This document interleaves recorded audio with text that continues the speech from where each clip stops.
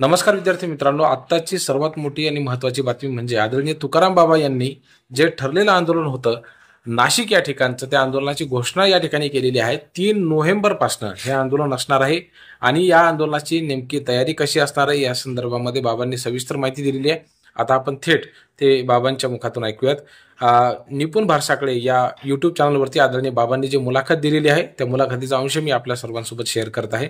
बाबांनी याच्यामध्ये सविस्तर अशी माहिती दिलेली आहे. 3 तारखेपासून आंदोलन होणार आहे. घेतलेले 7 किंवा 12 तारीखच्या पुढं आचारसंहिता पडणार आहे. आज संध्याकाळी जी मीटिंग आहे ती राज्याची मीटिंग नाही तर ती देशाच्या अनुषंगाने मीटिंग दिल्लीमध्ये असणार आहे.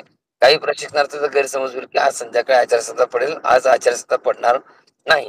हे देखील मी आता आपल्याला जबाबदारीपूर्वक सांगू इच्छितो.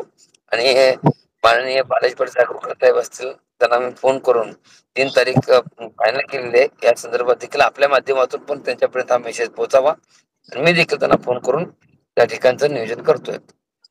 दुसरी गोष्ट, आपण तयारीत राहा.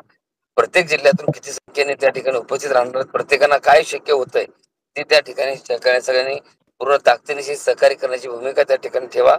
मी एकटा त्या ठिकाणी माझं कुठल्याही मॅनेजमेंट मध्ये त्या ठिकाणचं जी परिस्थिती आहे त्या परिस्थितीमध्ये आम्ही ज्या परिस्थिती किंवा ज्या आम्ही प्लॅनिंगने जातो त्याच प्लॅनिंगची भूमिका प्रत्येक प्रशिक्षणार्थीची असणं अत्यंत गरजेचं आहे. प्रत्येकाचे फोन येत होते की बाबा तारीख केव्हा, तारीख केव्हा, तारीख केव्हा. तर आपण तारीख सोमवारपासून आंदोलनाची सुरुवात होते.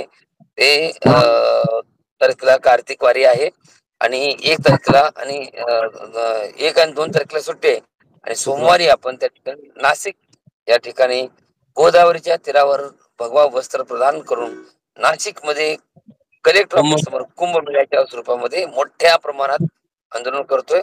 मी येतोय, तुम्ही पण या. धन्यवाद माऊली. तीच घोषणा आपल्या